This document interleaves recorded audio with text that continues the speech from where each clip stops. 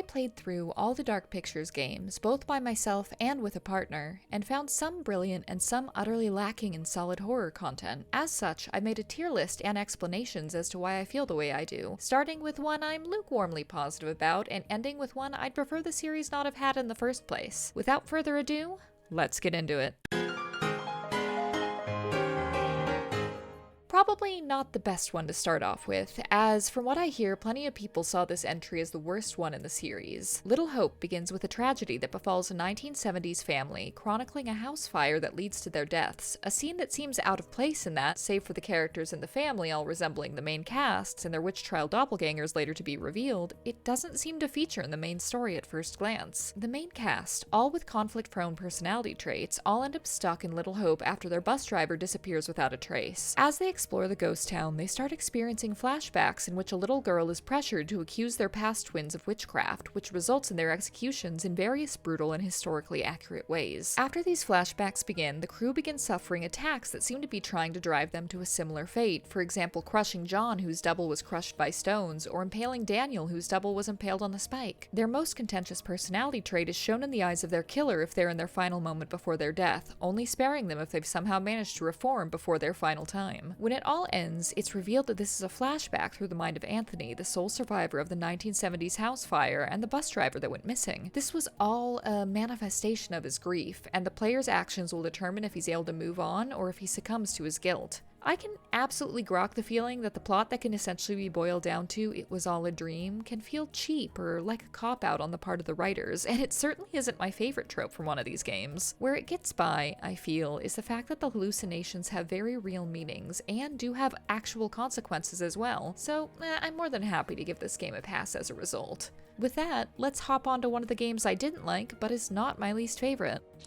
Oh, brother, this guy stinks! Keeping with opinions that aren't shared, this time with my peers, House of Ashes was one of the lower games out of all of them for me. Your start of game scene is one in ancient Mesopotamia, where the Gutians are invading the Akkadians, and the death that visits both armies from within the setting, an ancient temple when the war and solar eclipse begins. You're then brought to the main setting of this game, Camp Slayer in post-9/11 Iraq, with the main cast being primarily a US Force recon team. One cast member, though, is Salim, a member of the Iraqi Republican Guard who is forced to interact with the others when they're all trapped underground after a firefight. The game gets a lot of points for the story it tells. I really like the comparison of a Gutian and an Akkadian, enemies in history, having to work together in the flashback, versus US forces and a member of the Iraqi Guard having to work together to survive. To blend ancient strife with one many of us might recognize is particularly poignant, and is one of the few reasons I think this actually works as a military horror. A type of horror I generally dislike due to the protagonist's abilities to fight back against the darkness. War hatreds and the particular brand of post-9/11 Islamophobia in the US were an excellent thing to capture in telling this tale of humans having to learn to put aside their prejudices and work together. I think it really drove the game to a new level, and even if this isn't a game I'd put highly in comparison to the others, I didn't want to leave this unsaid. I've really gotta hate a reveal to rank it lower than It Was All a Dream, but trust me, I've rarely soured so quick on a game. House of Ashes takes the bronze and rapidly losing my favor right behind when I learned that being an adult means you have to schedule all your own doctor's appointments forever. I'm a fan of vampires. I love vampires. I even mess with the fact that they awaken when blood is spilled and that's what brings them out for incredible violence. Heck, I might have been totally fine just accepting at face value that there were vampires all along, but no. In the 11th hour we find out that there were aliens that crash landed onto Earth. Oh, so the aliens were vampire aliens? No, that'd be ridiculous. See, the aliens were all infected with a parasite that turned them into vampires, because that's not something that's needlessly detailed and contrived and doesn't at all contribute to the overall narrative whatsoever. This twist/explanation came utterly out of the blue and sounded like something a small child would say when trying to keep a story interesting, and it absolutely killed any enjoyment I would have had with the rest of the tale. And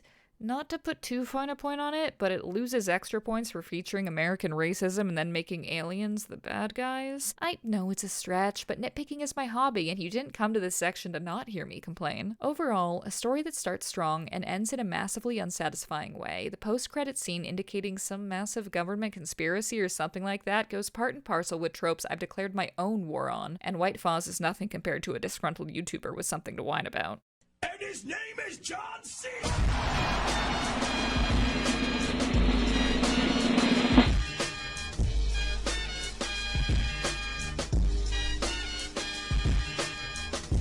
This one was a surprise, even to me, especially considering the earlier discussion on hallucinations and plot twists, but as I pondered, I ended up coming to the conclusion that this was hands down my favorite game in Season 1. See, this is for the most part an excellent example on how breaks from reality can be portrayed really well in horror. My biggest complaint is something that, while part and parcel with supermassive games, is something that can mess up the story without the player realizing they've done so. Alright, let's back up. The flashback story is on a post-World War II freighter following two soldiers who get drunk, have a fight, and then are put in the medical ward on the brig. When they awaken, they find the entire ship is most of the way dead or quickly on their way there, jumping at shadows and behaving erratically. One way or the other, no matter who you're playing, you either approach a locker and kill the creature inside, or hide in that locker and kill the person approaching it, and then die of some strange cause soon after. You're then introduced to the main cast nearer to modern day, and deal with usual parts of these games, a messy love story, and a cast with chemistry like bleach and ammonia. And after some character establishment, they're thrust into a hostage situation and forced by a storm onto the big empty freighter that we saw in the flashback. See, I really like what happens afterwards. First, not all decisions are lethal. As I'm working on saying in my videos about dying in these sorts of games, it's a bummer when you learn your choices or quicktime events have little effect on the story. But with trying to escape kidnappers, you can fail events that just lead to your capture, meaning there are still stakes without having to risk pulling characters out of the story. Throughout this, you are shown time and time again that you're not seeing things right. Hallucinations begin to spring up everywhere. Almost all characters react to stimuli that others cannot see, or see one thing and then are later proven to be something totally different. The fact that we can't trust our senses is spelled out, and the hints are all over. This actually really takes advantage of the two-player dynamic, and it allows situations where only one person is seeing the other as a monster, which can lead you to killing the person in the scene with you on gaming instinct alone. I think it's a genius way to approach this format, and I only wish more games played with unreliable narrators in this way. My biggest gripe is how the clues are split up in duo player. Turns out the person playing with me got a grand majority of the scenes with clues as to what the Manchurian gold was, aka the hallucinogen, and what was going on the ship. And because Conrad had died early on, I was left having no idea what the plot was about till the end, needing her to explain it to me. Playing single player cleared all this up, which was frustrating because I think the best horror experience is with two people. It's a hard balance, and I would have preferred to see it worked on a bit better. But I am frankly shocked at how the first game of the series showcased how great the series can be and what it can grow into being capable of. So imagine how I was let down by the latest game. If anyone is maddest that this game got put at the bottom, it's me. The entire reason I played the Dark Pictures Anthology was to warm up and get used to the playstyle to play this game. I am obsessed with crime history, which is what this game is based off. I'm obsessed with jigsaw-like traps and escape rooms, which this game has and has advertised, and I love the variety of paths you can follow in supermassive games in general. All things considered, this was set out to be a knockdown favorite out of the four, which is why this supermassive game was a supermassive disappointment. The flashback was of a couple checking into the World's Fair Hotel. They reach the honeymoon suite and soon after are killed by H.H. Holmes. We see his trial where he says the titular line, "I was born with the devil in me. I could not help the fact that I was a murderer any more than a poet can help the inspiration to sing. Bury me deep, Your Honor. Make sure they fill my pine box with cement. Put me deeper than anyone else. And cover the ground with more cement, 'cause trust me, just being dead ain't enough to stop me from killing again." Notice anything different from the other introductions? Perhaps a lack of a major message or a huge point you should pay attention to because it'll come in later? Or was it just showing a serial killer killing people? A real serial killer, no less, which is, I don't know, actually, it's kind of weird to portray a real dude who killed people? Like a Ted Bundy or Dennis Rader game would also be uncomfortable thinking about it now. In addition, the murders don't even fit his MO.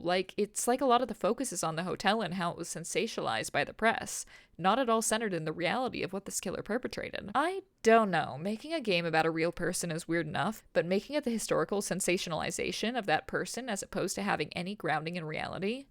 I fail to understand why we couldn't have made it a fictional serial killer instead and called it a day. This isn't my biggest issue with the game, but it did give me the ick. The issue I have comes from the plot. The main cast is a film crew who wants to do a piece on the H.H. Holmes murder hotel in the modern day, and they're contacted by somebody willing to let them tour a replica of the building. You're then thrust into mystery after mystery. The man who brought you here attempts to escape off the island, and you never see him alive again. The mansion is filled with extremely accurate replicas of people in dangerous games they were presumably stuck in before, sometimes forcing them to make a choice to save their own lives. If you play your cards wrong, you get to see one of your own half-dollified heart pumping through a machine. You get stuck in several situations where you have to choose who lives and who dies, much like Until Dawn, and it's very rare you're properly equipped to be able to save them both. But the answer, if you happen to find all the clues to piece it all together, is rather dull, at least compared to the rest of the entries in the series. There was a serial killer that was a copycat of H.H. Holmes, which would have been a throwaway solution enough, but no, that's not the guy doing these things. See, there was a detective investigating the serial killer that was a copycat of H.H. Holmes, and that detective was convinced that his job in the pursuit of the truth was just silly buggers. And wouldn't it be super groovy to go ahead and become a serial killer too? Specifically, a serial killer copycat with a man who's a copycat serial killer styled after superstitions about H.H. Holmes. Got it, great. For the end of the season and what felt like the most sensationalized game, I really felt like this one felt flat, full of neat and scary concepts flung together with the barest excuse from a plot I've seen in a long while, which was disappointing. With Season 2 on the horizon for next year, I truly hope the writers take their time to sit down and think about these 4 games. What worked, what didn't, and what they can improve on. Supermassive makes these incredible titles, and I just hope they spend their time and energy working out the kinks to make this series and their future games as amazing as they can be. What do you think? Are my rankings of this game in alignment with what you feel, or have I missed the mark entirely? Let me know in the comments below. Please like and subscribe if you want to see more content dissections, and I'll see you in the one place that hasn't been corrupted by capitalism. Space!